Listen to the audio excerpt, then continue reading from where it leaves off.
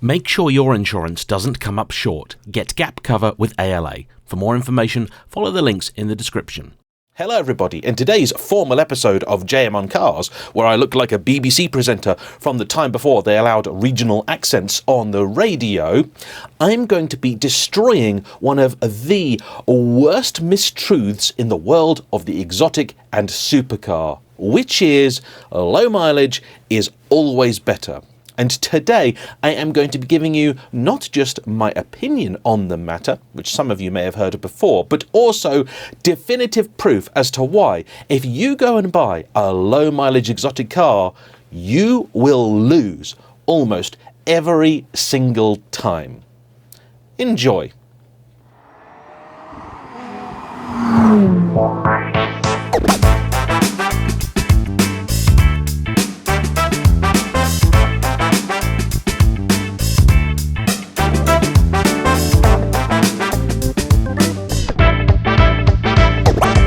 And just in case you're wondering why it is that I'm looking quite so formal today, that is because as soon as I'm done filming, I'm headed off to a very special Christmas dinner hosted by my good friend Brad as part of his SCC Private Members Club. Oh, and that's Somerset Car Club, not Supercar Club. It's at Red Bull's headquarters in sunny Milton Keynes. Yes, the land of opportunity, roundabouts, and concrete cows. And so, let us begin with my hypothesis, which is this. I believe it is a complete and total financial fallacy to buy a low mileage example of any exotic car, new or used. Now, when it comes to brand spanking new cars, I think it's a fairly easy thing to see why it's not a good idea, because the depreciation is really quite extreme, at least in the first year or so. And this now seems to be true for just about all manufacturers, with a few subtle exceptions. I'll get onto those in a little bit. However, there are still those out there who believe that a low mileage example is the one and only sensible thing to buy, and chiefly there are two reasons cited for this. The first of which is that it's going to be a better car in better condition and therefore have less go wrong with it. But the second, and the far more commonly cited one, is the fact that it's going to be a better investment. It's the car that's going to hold its money, appreciate perhaps over time, and overall, though yes, will cost more to start with, will actually in total cost less, because when you come to sell it, you'll get more of your money back, or possibly even a little more than you paid for it. Now, there may have been times in the past where some of this was true, but I think when that was the case, that instead was the erroneous situation. It was always the case back in the day, say the 90s or noughties, that if you bought a brand new Ferrari, you were going to lose a lot of money, and 4 to 5 years in, it was worth half what you paid for it. We all remember stories of things like the 355 trading for 40 grand when it was only about 4 or 5 years old. 550s were down to 40, 50,000 pounds. Even cars like the F40 and F50, they depreciated too, though of course they went on to become collectibles, and today those are the cars I'm not talking about. Your big hypercar stuff, that's not relevant. I'm going to be doing another video at some point in the near future talking about the exotic and supercar market as a whole, but today's video is about one very specific issue, and it's this mileage thing. And to do this, of course, I have an assistant, i.e. Auto Trader. And here, not only can I see the price currently being asked for a car, but thanks to a very handy app, the Auto Trader Price Tracker app, I can also see how long a car has been listed for and what changes have happened to the price over time. And so, let's begin with a fairly new car, one which is in fact technically still available to buy, though in actuality not. The Ferrari 296 GTB. An excellent car, I know divisive on account of the fact it's a V6 hybrid, but this is, I think, the de facto supercar for many, the mid-engined entry-level Ferrari. Now, the GTB order book is currently closed. The last time I checked, the GTS was still open, but I think now production is dedicated to the 296 Speciale. And I happen to believe that everything that I say today is going to apply to that car, though we'll look at it in a little bit more detail shortly. So, what is the most expensive 296 GTB currently for sale? Well, it's pretty easy to find. It's this one. It's a black example with what looks like a pretty decent spec actually, and it's down at my favourite Meridian Modena. It's got just 100 miles on it, so it may actually count technically as a pre-registered car or a very, very mildly used one. Black, I think, is not this car's colour, but here it is. It's got the racing seats in it, it's got a few different options and things, and generally speaking, I'm sure it's a very nice car. You've got passenger display there, of course lots of leather. I like the fact it's not at least all black inside. Carbon ceramics are standard on these, you've got the shield, so there's a few options on this car. And it is currently up at £264,000, 995. So 265 grand, let's call it. Okay. What's the cheapest 296 currently for sale? Well, it's this example, sold by Apollo Prestige Vehicles. It's in Ferrari Resale Red, Rosso Corsa, with some pretty low-res looking pictures. And this one, at a quick glance, isn't the same as the Meridian example. It is an earlier car, and there will be some differences because of that, but it's still got the shields. It doesn't have the racing seats inside. It's got some red piping and things, which I'm not really a big fan of, but you know what? It's still a 296. It's still got the same engine. It'll still be just as quick. Still has, by the looks of it, the passenger display. And this one, are you ready? Is up for £179,000, 995. So that's an £85,000 saving. And this is a 2022 car, so 3 and a bit years old, with 12,000 miles on the clock. Okay, so there are other examples out there which are actually a lot lower mileage and still quite a bit cheaper than the one at Meridian, like this one at Tom Hartley, which is also a 2023 car, so still a couple of years old, but has just the 250 miles on it.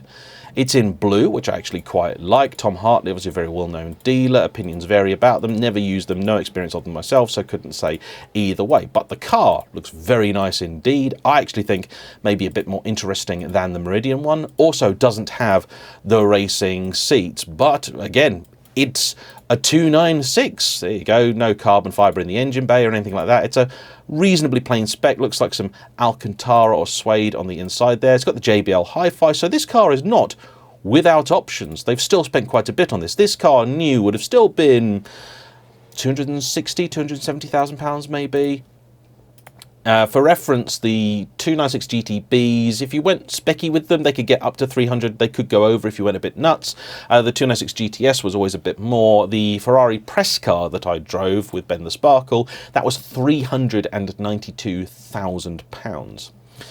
Now this one, 250 miles, slightly newer than that red one, and that's up at £209,950. It's not been up for sale for too long by the looks of it, at least this advert hasn't been up for too long. So that alone's 209,950 versus 264.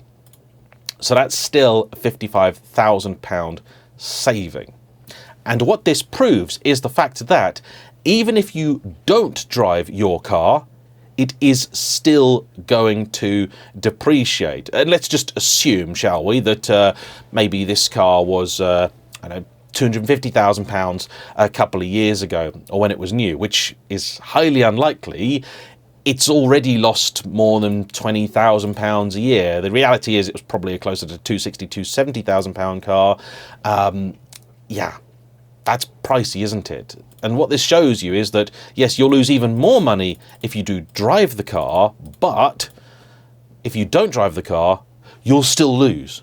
This is the kind of depreciation that we used to see with McLarens, especially stuff like the 12C, 650 and so on. They seem to be a good deal for quite a while, and then Well, the bottom just fell out of the market. 650s for a long time, you'd still pay 170 to 180 grand for a good one. And then in the space of about 2 years, they lost to the thick end of £100,000, regardless of whether they were driven or not. And Ferrari, I remind you, UK cars all come with a standard 4-year warranty. You also get 7 years free servicing. So it's going to be a good few years until any of these cars have to have a service paid for.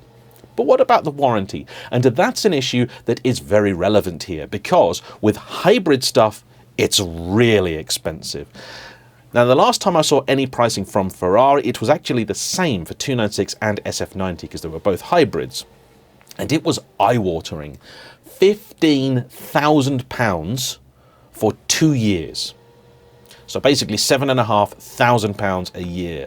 That's considerably more than the warranty for a regular V12 or V8 car without the hybrid assistance. And that alone, I think, puts a lot of people off, and I think also contributes to this extreme depreciation.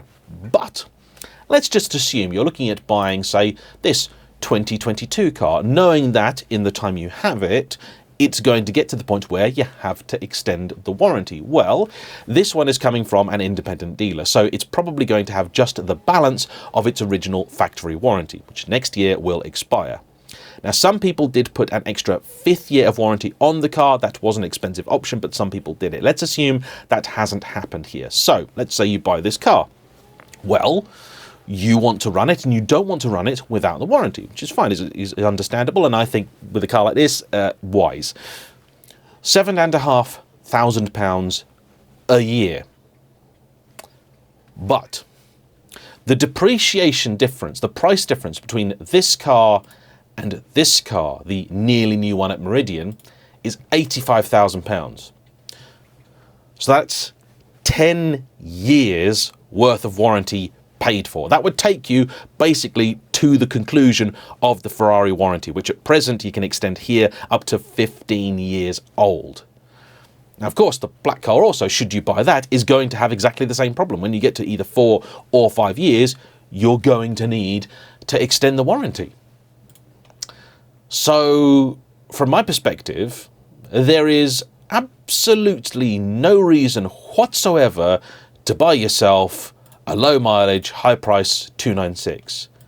Low price, higher mileage, 12,000 miles. Come on, it's not high mileage, is it? In Ferrari land it is, and this is something that I hate.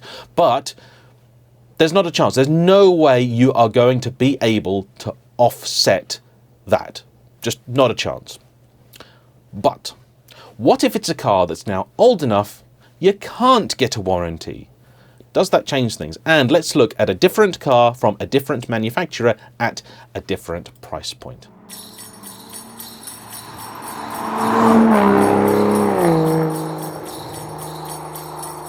And if you are thinking of buying yourself a somewhat modern car, then make sure you can do a bit of diagnostics yourself, which you can do with OBDEleven, the little code reader that does a lot. It works on just about any car from 2008 onwards and gives you not just code reading diagnostic ability with translation to give you stuff in plain English, it'll also give you live data and has coding functionality as well, which is not subscription based. Instead, you buy credits, which will expire after a while, but it allows you to do all sorts of different stuff with your car. And the main thing, that core functionality, code reading and live data, you buy the device, that's yours forever. For a special winter discount, make sure to use their code, and for more information, follow the link in the description down below. The Aston Martin DBS, the Casino Royale shape, so the second usage, I think, of the DBS nameplate. An amazing car, and one that at the minute is just incredible value. I bought mine for £49,000, and it was a great car, but it did cost its previous owner a lot of money. In fact, over £30,000. Now, he was exceptionally unlucky, really quite tragically unlucky. Normally an Aston should not cost that much. The theory is they shouldn't cost as much to run as a Ferrari. However, now got enough experience to tell you that in a lot of ways, though they shouldn't be quite as expensive, they can be more difficult. Parts supply for VH era Aston Martins just isn't that good, and that's unfortunate. Happily, there are lots of excellent independents out there to help keep these cars running, but it's just not as easy as it should be. But let's do the same thing. Let's look at the most expensive example on Auto Trader, which is this one here at £119,995. And it's a private sale, which is the first surprise. Now, what do they say about this? Purchased from Nicholas Me, who are really good people, in 2022. They've done lots and lots of different things to it. They have done what they call some upgrades. So they've changed the piano black to carbon fibre, they've retrimmed some of the leather bits, they've renewed some of the chrome stuff or changed it to carbon fibre by the looks of it, they've PPF'd the car, put some Quicksilver catalyst bypass pipes in, and they've also done the Aston Installations CarPlay kit. They've put a headlight cooling kit on, which is apparently there to sort the very common headlight misting problem, and they've refurbished the wheels. So all in, not really masses of work. Looks like a nice enough car. Now, here in the land of Aston Martin, with the DBS anyway, there wasn't much to choose in the way of options. You could have these lightweight wheels, which I think later did become standard. I actually prefer the look of the early ones, and you could have either the manual or the automatic. In the early cars, they were also a 2+0 seating configuration, but later ones are 2+2. The Bang & Olufsen stereo also became standard from, I think, about 2009 onwards or so. Okay, so this looks like an alright example of a DBS. Personally, what I think we have here is an outlier. Somebody just asking way too much money for their car. So let's ignore it, shall we? And let's look at the next one, which is from, I believe, a dealer in Norwich. Yep, Stratton Motor Company. I know them well, and they do like to overprice stuff. But this looks like a decent car. It's coupe, manual. It's in one of the many shades of grey. It's a 2+0. Which is, I like it. It's a nice car, you know. So it's got these wheels, which I really like. Good photos from Stratton. I'll give them that. So there you go, look at that, nice car. Yeah, they're all blooming grey, silver, black. DBS, by the way, highest percentage of grey, silver, black of, I think, any Aston Martin, 72%. Now, a few years ago, this would have been a very sensible price for this car, but they have changed quite a bit. So let's see if we can see inside. Again, lots of nice carbon fibre, but half of it's standard on a DBS anyway. In fact, there really, honestly, wasn't much that you could choose with these cars. So, yep, inside, standard DBS fare. It's got the carbon fibre caps on the doors, which is nice, but otherwise, yeah, all business as usual. With the early style gear lever, the other one I think has been changed. They're horrid, awful things. But looks like a very nice, clean, tidy car. Decent, you know, nothing inherently wrong with that. But yeah, £105,000. And curiously, this is actually less mileage than the other one from a dealer, which will of course give you some support, and I think should point out just what poor value this one is. There's nothing I see about this one that really makes it worth anything close to what they are asking. All right, and now we start seeing that we have here a couple of cars which have got higher mileage, both on just over 40,000 miles, which are also manual, one in lightning silver, which I think is a really good colour for the DBS, actually the launch colour, and one which is also in black. And those are both at £82,000. This one comes from Chiltern Aston as well, so again, another dealer. And if you were to look at it, what's the difference really with the other ones you've seen? Not much, really, is it? Has it got the terrible B&O system in it? It might well do. No picture actually showing it, but if it does have it, honestly, it is not something to write home about. However, all still very much business as usual. It's a DBS, and it's £82,000. So it's £22,500 cheaper than the one at Stratton Motor Company for another 18,000 miles. It's the same year, actually it's a slightly newer car, 58 reg over an 08 reg. And here I would say, I think this car is, again, maybe a little bit overpriced. Aston Martins are mileage sensitive. They are not quite mileage sensitive in the way that a Ferrari is, but they're really not that far off. And it's always something that kind of surprised me, because these are very usable cars. This one here, is this also from a dealer? No, this is private seller. So again, not appearing to offer good value for money. Let's look at the other end of the market. So down here, you've got a few cars available at £55,000 and under. You've got one here, one here, one here. Okay, now this one is, again, private seller. But this one is not. Here you go. Now, pinchbeck luxury car dealers, never heard of them in my life, but this again, doesn't this just look like the cars you've just seen? In fact, this looks like it could be a sort of blue or maybe a grey of some description, but it's an interesting looking colour, kind of smoky looking thing. And again, doesn't this look kind of just like both of those cars to you? It does to me. And yeah, it's now an automatic, which is a big thing in the world of the DBS, but between you and me, the automatic is the better gearbox to have. The rest of the car, though, is absolutely identical. Still got the horrible B&O and all that jazz. And this car is yours for £49,900. To put it another way, half the price of the one at Stratton, and it's got 71,000 miles on the clock. There you go. There's one over here, which is up for sale with 8,000 miles on the clock, at £70,000.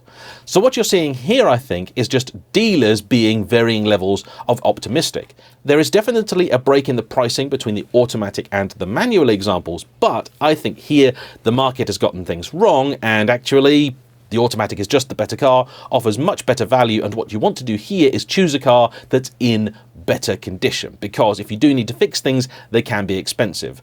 Stuff on these would include things like the headlights, which do like to crack, and they're very expensive because the only real fix is replacement, and that gets into the thousands of pounds instantly.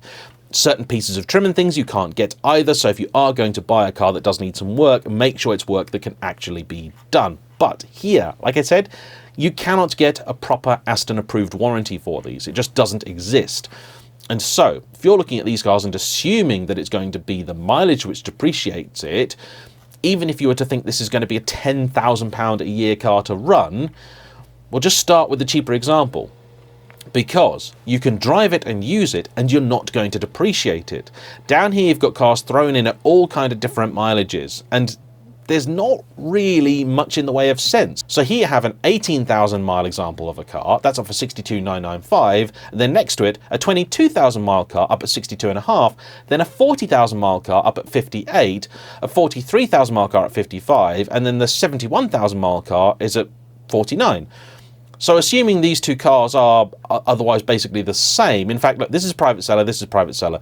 This car's on 43,000 miles and this car's on 90,000 miles. So you've doubled the mileage and the car's being listed at 10 grand less.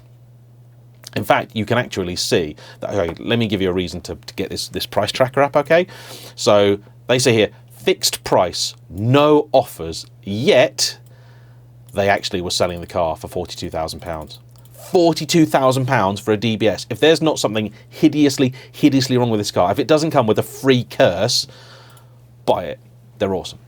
All right, let's go back to something a little bit newer again and look at the ever-loved 911 GT3. Here we're looking at 991.2 generation, which over the years has had a few things happen to it. And here I'm going to be disproving my own theory, because here all of a sudden car prices do not seem to be quite so inextricably linked with the mileage.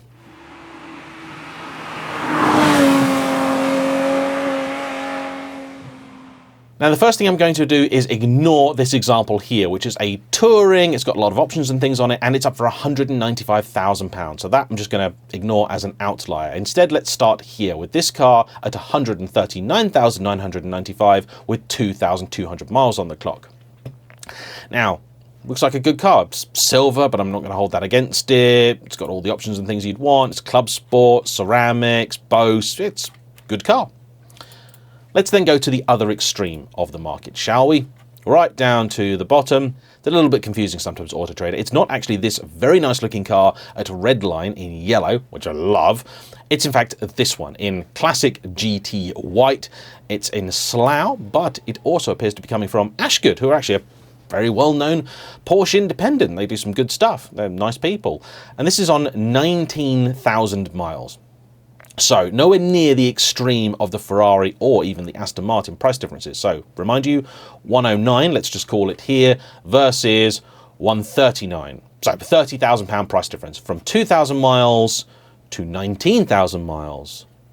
Now Porsche, you can get a warranty on these cars. Like Ferrari, you can extend the warranty up to 15 years with a higher mileage limit of 125,000. With almost all of the GT3s for sale currently being at less than 30, that's a lot of motoring still left in the car. A period in which you would not have to fork out for any big unexpected bills, meaning that there really is very little benefit to not driving the thing.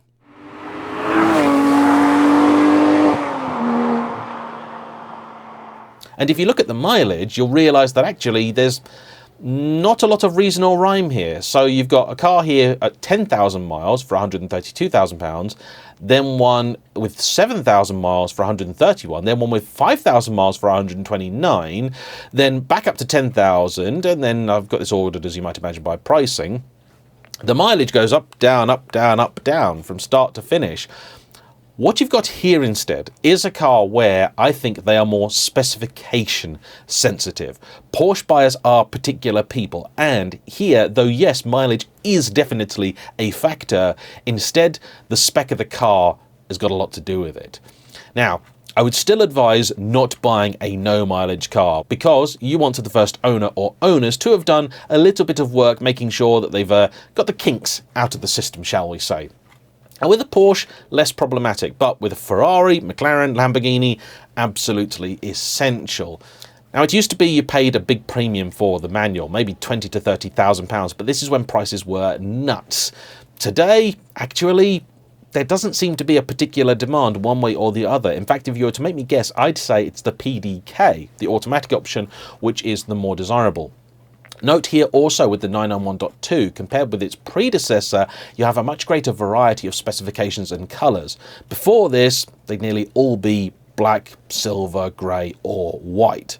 With this generation, dealers wanted people to start spending more money, so you see more interesting colours, PTS stuff, all that kind of thing, and that's what makes the big difference. Porsche people are really particular about specification. So if you want to buy a 911, which is going to hold its money better, get the right spec. However, having watched prices of these for quite some time now, they're all over the shop. I mean, look at this particular car. This has been up for sale since July. At £135,000 it was. It's now at £131,000. Still hasn't shifted. This one down here, oh, look at that. How many times they've changed that price? That's mad. That's only been up for sale since October. We've got another one here with 20 different price changes. That's also been up for sale since June at £125,000, and they've dropped the price a few times, then put it back up, then dropped it again, and it's just not shifted. This one here, wow, 55 price changes. Blimey. And it's currently at 119, which is not the cheapest it's been for sale for. Look at that, it's been at 118 quite a few times, and they just can't shift the thing. This one, 76 price changes. Blimey, look at that, it's been up for sale since April. It was at £125,000, and this sort of stuff should tell you what kind of condition the market is currently in. Be empowered as a buyer. All right, now let's look at a really extreme example. The Maserati MC20.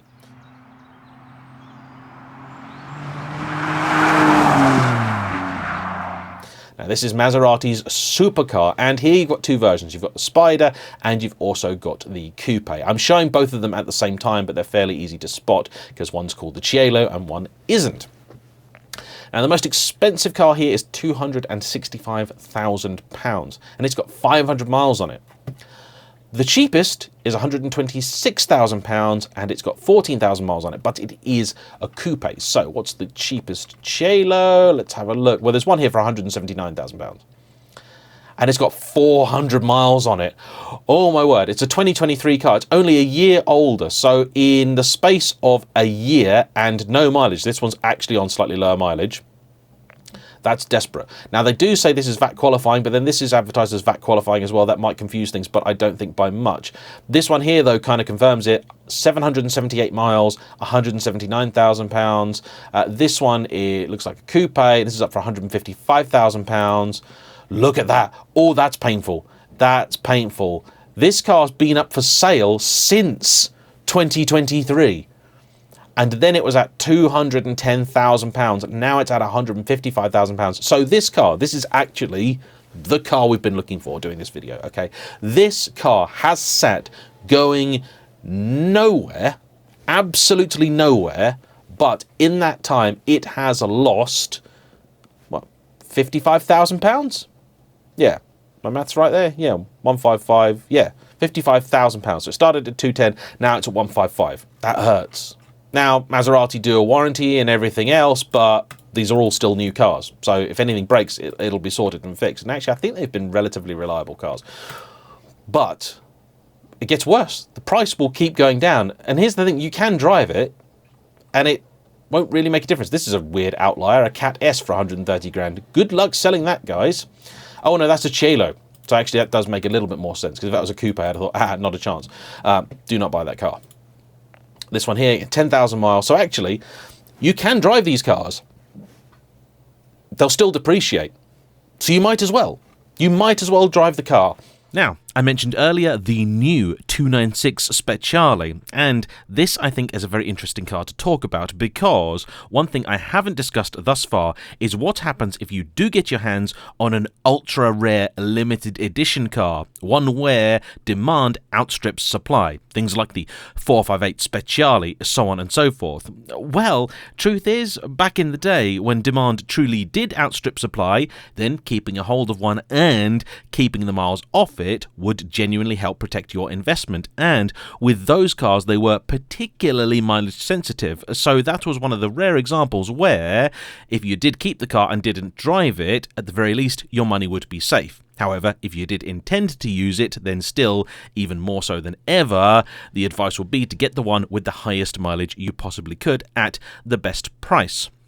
However, things have changed, and even cars like the 488 Pista were made in significant quantity. So, I think with the new 296, it is very unlikely the car is going to enjoy any more than a very brief period where people will pay significant overs for it. The Porsche market has already collapsed, and the Ferrari market, I think, is not very far behind it, particularly with things like the new 849 Testarossa having been very poorly received, as well as the SF90 being generally a financial disaster zone. New Ferraris are simply not a safe place to have your money, no matter how fast, powerful or rare they may appear to be. Because, simply put, the demand just isn't there, and with prices becoming higher and higher each year, that supply is still outstripping it. Doesn't help that behind the scenes Ferrari have been upping numbers, though they are trying to correct it, but I think it's too little too late. And though if you can get one, a 296 Speciale, I'm sure is going to be a great car, a great investment, I just don't think it is. Let's now look lastly at a classic. Here you go, Ferrari 328. You've got one up here with 330 miles on the clock for £145,000. Well, you basically can't drive that, can you? This is one here then with 22,000 miles on the clock, same year basically, £105,000, so £40,000 less. And this one being Classic A, by the way, the Classic A bit doesn't really add much to the price of the car. And I say that having a Classic A car. All right, so here you go. There's the proof. The Classic A bit, 43,000 miles. It's Classic A, £98,000. This one here doesn't say it's Classic A, 99,999, nearly the same mileage. A lot of these on similar mileage, 30, 40, 50,000 miles. And the prices vary from 70 to £100,000. So effectively just mileage here clearly doesn't really make a difference. Again, it's the dealer, the condition, the history. These are all things that are important, because these are all things that, you know, you can't really easily fix. Well, history you can't fix, and condition you can, but it'll cost you money. So just start off with a car that's good. Start off with a car that has that nice combination. And the older a car gets, the less mileage matters. To the point where you end up at an old 1920s Bentley, where I think they only have, well, 4 or 5 digit odometers anyway, and everybody knows that none of them are accurate. So it's kind of meaningless. You just look at the history of the car, the condition, and that kind of stuff. And so, hopefully here I have managed to give you somewhat comprehensive proof that buying a low mileage car just brings no benefit whatsoever. Because you buy a really old car, well, it's all about the car itself. You buy one like the Maserati, which is depreciating heavily, and it's going to do it whether you drive it or not. You buy a 911 and it's more about the specification anyway, and you buy a new Ferrari, well, it's still going to depreciate. It's just where you get on that train. And my money says, well, get on it as late as you can while you've still got the cover of things like the original factory warranty and the service plan. And then your cost per year that the car creates, you know, the stuff going wrong, etc., that's the same. Whether you buy a 100-mile car or a 20,000-mile car, that cost is the same. The only difference is the depreciation. Now, of course, there will always be examples cited of someone that bought a car and because they had a nice, immaculate low miler, it's now worth a lot more money. But these are iconic cars that they bought at rock bottom prices 20 years ago. If you're looking to buy a car today, it's just not applicable. Anyway, hope you've enjoyed this video. Thanks for watching, and I'll see you for the next one. Bye-bye.